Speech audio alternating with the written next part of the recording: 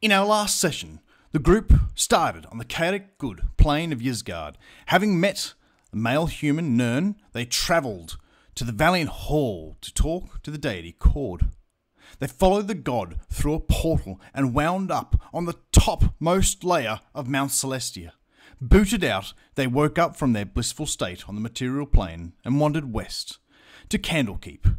They gained some knowledge on Ashardalon and the Demogorgon, and now are headed to the Church of Elements that lies in the high forest some 500 miles east of Neverwinter. The characters are Mack, the Stonechild swashbuckler, Jess, the gnome trickster cleric of Garl Glittergold, Hot Daniel, the loxo bard, Gazza, the Elans scion wizard, and Ben, the destroyer, a catfolk rogue. So Jess starts this one by explaining to Ben that he's going to have to travel as we portal somewhat differently.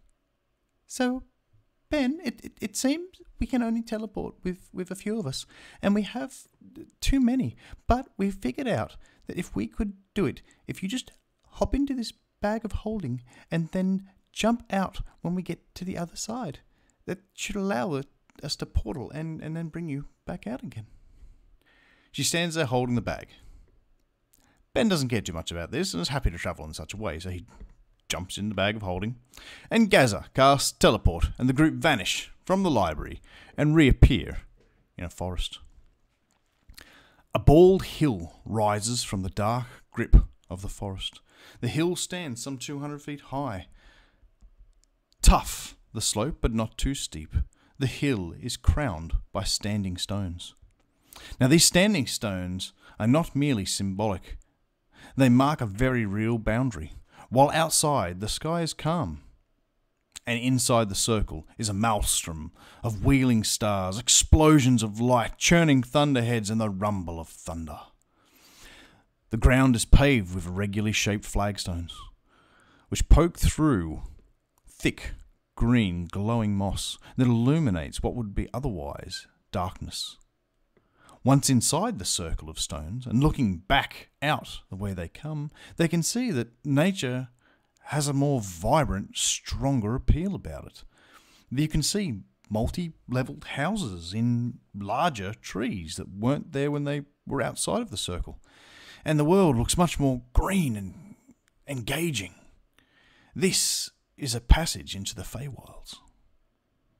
On the east side of the circle, between two heavily inscribed obelisks, grow a pure white sapling with gold leaves.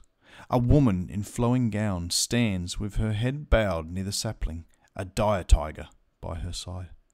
They approach Dorus the druid and introduce themselves. Hello, I'm Gazza, and we seek knowledge about Ashardalon and Did. Hello, I'm Dorus. I'm the tender of Semphelon. She motions towards the tree. Ask your questions and I will totally translate whatever Semphelon says. It seems that Semphelon is the tree, and a very knowledgeable tree. And from that tree, we gain the knowledge that Ashardalon was a red worm dragon of immense power. He crossed a druidic order run by Did centuries ago. The order was wiped out by Ashardalon, but Ashardalon was wounded to near death. With the dragon's heart damaged, Ashardalon used a living demon to replace his heart. This could not be a permanent solution, but would work for some time. The current location of Ashardalon is unknown. And since Did's legendary blow against the dragon, a mythical bond has been formed between Did's bloodline and the dragon that can weaken it.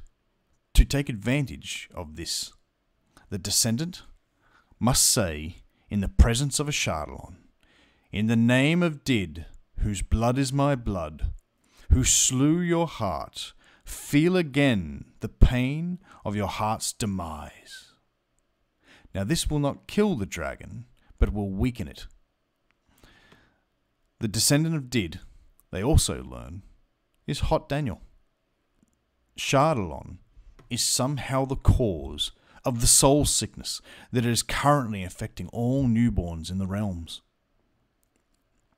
And the final phrase that can be passed on to the group is, the dreamer reveals what the deities do not. And at best guess, this is a reference to the Guild of Sleep. Thank you for this information. We will put it to good use and solve this problem, says Mack. And then he unfolds his boat of the plains, and they jump in, and paddle through the peaceful kingdoms of Arcadia, the land of perfection, and finally end up in the neutral good plain of Bytopia, the twin paradises. Bytopia is two plains that face each other. When you look up standing on one, you can see the other looking up at you. Gravity works fine on whichever one you're standing, and there are great mountain columns that connect the two, and flight passage between them can easily be achieved. Jess has the group follow her to visit her deity, Garl Glittergold, the greater gnome god of luck, protection, and trickery, in his place of residence at the Golden Hills, on the side of the plain that is known as Dothian. Jess is a high-level cleric of Garl Glittergold, and so they are able to get passage to get an audience with him. The group travel through the tunnels filled with mostly gnomes and arrive at the workshop of Garl, while he's tinkering around in. Garl looks up from his workbench. Jess, you've got quite a nerve showing your face here. Have you come to return my relics? Hey, Garl, don't worry about them. They're being put to good use. Hey, have I got a question? We have been hunted down by a devil demon snake lady, and we need to get some protection for my friend Hot Daniel. It's using up a lot of your divine magic to constantly hide her from scrying. So could you make a necklace so that we don't have to keep using your magic to do it? Garl thinks about this. I could make such an item, but I would need something of you. There is a ritual happening amongst the Kutumak followers, and I want you to stop. Jess interrupts. Say no more. I'll sort them out. And Jess leans in to shake on it, and as they do, she has her hand tucked behind her back with her fingers crossed. But because she's doing such a good job focusing on trying to trick a god, she doesn't notice that Garl Glittergold is doing the same thing. While the group get to watch the deity at work as he crafts a stunning necklace with intricate magics and clockwork pieces built into it, Hot Daniel is wandering around the workshop and finds a small flute that he starts playing, which, towards the end of the song, pops up a little jet and sprays ink in his face.